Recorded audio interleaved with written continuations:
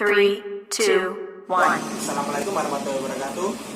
Saya Agung Bayu Haji dari jurusan Pendidikan Kepelatihan Olahraga, Fakultas Ilmu Keolahragaan, Universitas Negeri Malang. Di sini saya akan menjelaskan tentang latihan kondisi fisik. Latihan kondisi fisik itu sendiri adalah proses mengembangkan kemampuan aktivitas jasmani yang dilakukan secara sistematik dan ditingkatkan secara progresif untuk mempertahankan atau meningkatkan derajat kebugaran jasmani agar tercapai kemampuan kerja fisik yang optimal. Kondisi fisik itu sendiri merupakan unsur yang sangat penting hampir seluruh cabang olahraga yang ada di Indonesia. Oleh karena itu, latihan kondisi fisik perlu mendapat perhatian yang sangat serius yang harus direncanakan secara matang sehingga tingkat kesegaran jasmani dan kemampuan fungsional para atlet menjadi lebih baik. Apabila kondisi fisik ini baik, maka yang terjadi adalah yang satu, akan ada peningkatan dalam kemampuan sistem sirkulasi dan kerja jantung. Yang kedua, terjadi peningkatan dalam kekuatan, kelentukan, stamina, kecepatan, dan komponen kondisi fisik lainnya. Kemudian yang ketiga, akan meningkatkan efektivitas dan efisiensi gerak ke arah yang lebih baik. Keempat, waktu pemulihan lebih cepat. Dan yang terakhir, respon bergerak lebih cepat apabila dibutuhkan. Oke, lanjut. Yang pertama yang ingin kita bahas selanjutnya adalah kekuatan atau yang disebut strength. Kekuatan adalah kemampuan otot untuk melakukan kontraksi guna membangkitkan tegangan terhadap suatu tahanan. Latihan yang sesuai untuk mengembangkan kekuatan ialah melalui bentuk latihan tahanan atau resistance exercise. Kontraksi otot yang terjadi pada saat melakukan tahanan atau latihan kekuatan terbagi dalam 3 kategori, yaitu yang pertama kontraksi isometrik, kedua kontraksi isotonik, dan yang ketiga kontraksi isokinetik. Kita bahas yang pertama dulu, yaitu kontraksi isometrik atau yang disebut kontraksi statik, yaitu kontraksi sekelompok otot untuk mengangkat atau mendorong beban yang tidak bergerak dengan tanpa gerakan anggota tubuh, dan panjang otot tidak berubah, seperti mengangkat atau mendorong atau menarik suatu benda yang tidak dapat digerakkan, misalnya tembok atau pohon. Oke, lanjut. Yang kedua, kontraksi isotonik atau yang bisa disebut kontraksi dinamik, yaitu kontraksi sekelompok otot yang bergerak dengan cara memanjang dan memendek, atau memendek jika tensi dikembangkan. Latihan kontraksi otot ini sendiri dapat dilakukan melalui latihan beban dalam, yaitu beban itu sendiri maupun beban luar, seperti mengangkat barbel atau dumbbell menggunakan jenis alat atau mesin latihan kekuatan atau jenis lainnya.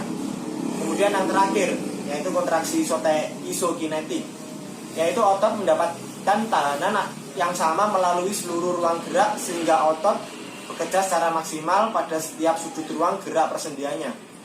Alat latihannya melalui mesin latihan yang diciptakan khusus seperti Zybex Isokinetic Exercise. Alat-alat itu memungkinkan otot berkontraksi secara cepat dan konstan melalui seluruh ruang geraknya, karena mesin memiliki mekanisme untuk mengontrol kecepatan. Program ini termasuk dalam baru, oleh sebab itu belum banyak penelitian yang dilakukan. Oke, lanjut. Yang kedua, yaitu latihan daya tahan atau endurance. Latihan daya tahan sendiri adalah kemampuan seseorang untuk melakukan kerja dalam waktu yang relatif lama dalam waktu yang singkat-singkatnya. Daya tahan sendiri itu dibagi menjadi 2. Yang pertama, daya tahan otot atau muscle endurance, yang berarti daya tahan otot sangat ditentukan oleh dan berhubungan erat dengan kekuatan otot. Oleh karenanya, metode untuk mengembangkan daya tahan otot ini sangat mirip dengan yang digunakan untuk meningkatkan kekuatan. Kemudian yang kedua, daya tahan jantung, pernapasan, dan peredaran darah atau respiratory cardiovascular endurance. Peningkatan daya tahan jantung, pernapasan, peredaran darah terutama dapat dicapai melalui peningkatan tenaga aerobik maksimal atau VO2 max dan ambang aerobik. Oke, lanjut. Terdapat beberapa cara untuk meningkatkan daya tahan secara umum, yaitu yang pertama, mempertinggi intensitas latihan daya tahan itu sendiri. Kemudian yang kedua, memperjauh jarak lari atau renang. Kemudian yang ketiga, mempertinggi tempo atau latihan kecepatan. Kemudian yang terakhir, keempat, memperkuat otot-otot untuk bekerja dalam jangka waktu yang lama. Dalam ketiga tersebut terdapat fartlek.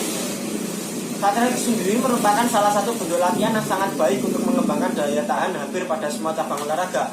terutama cabang olahraga yang memerlukan daya tahan seperti angkat besi, angkat berat. Kemudian ada interval training. Interval training itu sendiri adalah latihan atau sistem latihan yang diselingi dengan istirahat. Jadi dalam pelaksanaan latihan, istirahat, latihan, kemudian dilanjut latihan lagi, kemudian istirahat lagi, dan seterusnya.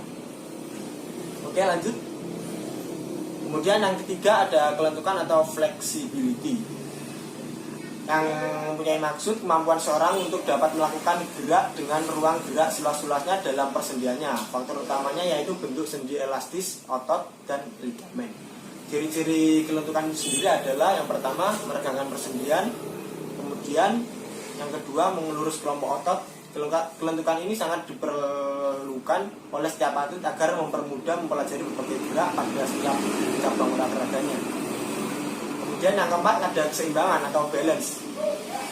Keseimbangan adalah kemampuan seseorang untuk mempertahankan posisi tubuh baik dalam kondisi statik maupun dinamik. Dalam keseimbangan ini yang perlu diperhatikan adalah waktu refleks atau reaksi dan kecepatan bergerak. Dan biasanya latihan keseimbangan dilakukan bersama dengan latihan kelincahan dan kecepatan bahkan kelentukan. Ada dua macam keseimbangan. Yang pertama ada keseimbangan statis, yaitu dengan mempertahankan sikap pada posisi diam di tempat. Kemudian yang kedua ada keseimbangan dinamis, yaitu kemampuan seorang untuk mempertahankan posisinya pada waktu yang saat bergerak. Oke, lanjut. Yang kelima sekarang, yaitu ada kecepatan atau speed. Kecepatan adalah kapasitas gerak dari anggota tubuh atau bagian dari sistem pengungkit tubuh atau kecepatan pergerakan dari seluruh tubuh yang dilaksanakan dalam waktu yang singkat. Terdapat dua macam tipe kecepatan itu sendiri. Yang pertama kecepatan reaksi, yang berarti kapasitas awal bergerak tubuh untuk menerima rangsangan secara tiba-tiba atau cepat. Kemudian yang kedua ada kecepatan gerak, adalah kecepatan berkontraksi dari beberapa otot untuk menggerakkan anggota tubuh secara cepat. Oke, lanjut. Kemudian yang keenam ada kelincahan. Kelincahan adalah kemampuan seseorang untuk dapat mengubah arah gerak cepat dan tepat dalam waktu bergerak tanpa kehilangan keseimbangan. Kelincahan ini berkaitan erat dengan kecepatan dan kelentukan. Bentuk latihan kelincahan dapat dilakukan dalam bentuk lari bolak-balik, misalnya shuttle run, lari kilat-kilat atau zigzag, jongkok, berdiri, atau squat, dan sejenis lainnya. Oke, kemudian yang ketujuh yaitu ada power atau yang disebut fast strength. Power adalah kemampuan otot untuk menggerakkan kekuatan maksimal dalam waktu yang sangat cepat. Power sendiri untuk cabang-cabang olahraga yang memerlukan eksplosif seperti lari, sprint, atau nomor-nomor lempar dalam atletik atau cabang-cabang olahraga lainnya. Oke, lanjut. Kemudian yang ke-8 ada stamina. Stamina adalah komponen fisik yang ditingkatkannya lebih tinggi dari daya tahan. Beberapa penelitian menunjukkan bahwa atlet yang memiliki stamina yang tinggi akan mampu bekerja lebih lama sebelum mencapai oksigennya. Dan dia juga mampu untuk pemulihan kembali secara cepat keadaan semula. Ada beberapa cara yang untuk meningkatkan daya tahan menjadi stamina, antara lain yang pertama mempertinggi intensitas latihan daya tahan seperti latihan interval dengan intensitas yang lebih tinggi. Kemudian yang kedua, memperjauh jarak lari atau renang dengan tetap memperhatikan tempo yang tinggi. Kemudian yang ketiga, mempertinggi tempo. Yang terakhir, 4, memperkuat otot-otot yang dibutuhkan untuk kerja tersebut. Oke. Kemudian yang 9, yaitu ada koordinasi. Koordinasi adalah suatu kemampuan biomotorik yang sangat kompleks. Oleh karena itu, bentuk latihan koordinasi harus dirancang dan disesuaikan dengan unsur-unsur kecepatan, kekuatan, daya tahan, dan kelentukan. Bentuk latihan koordinasi sebaiknya melihatkan berbagai variasi gerak dan keterampilan.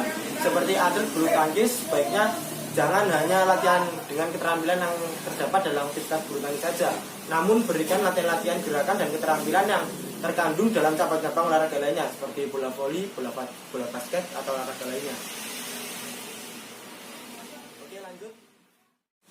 Dalam koordinasi ada latihan-latihan yang dianjurkan, yaitu yang pertama latihan-latihan dengan perubahan kecepatan dan irama. Yang kedua, kombinasi berbagai latihan senam. Yang ketiga, kombinasi berbagai permainan lainnya. Kemudian yang keempat, latihan-latihan untuk mengembangkan reaksi.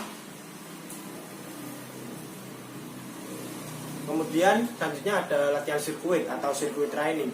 Untuk dapat melatih atau berlatih secara efisien adalah melalui latihan sirkuit. Karena dapat latihan sirkuit ini akan tercakup unsur-unsur yang terlatih seperti kekuatan otot, ketahanan otot, kelenturan, kelincahan, keseimbangan, dan ketahanan jantung paru-paru.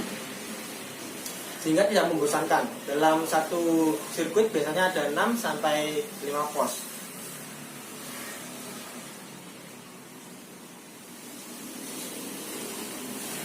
Keuntungan berlatih dengan cara sirkuit diantaranya yang pertama meningkatkan berbagai komponen kondisi fisik seperti serempak dalam waktu yang relatif singkat.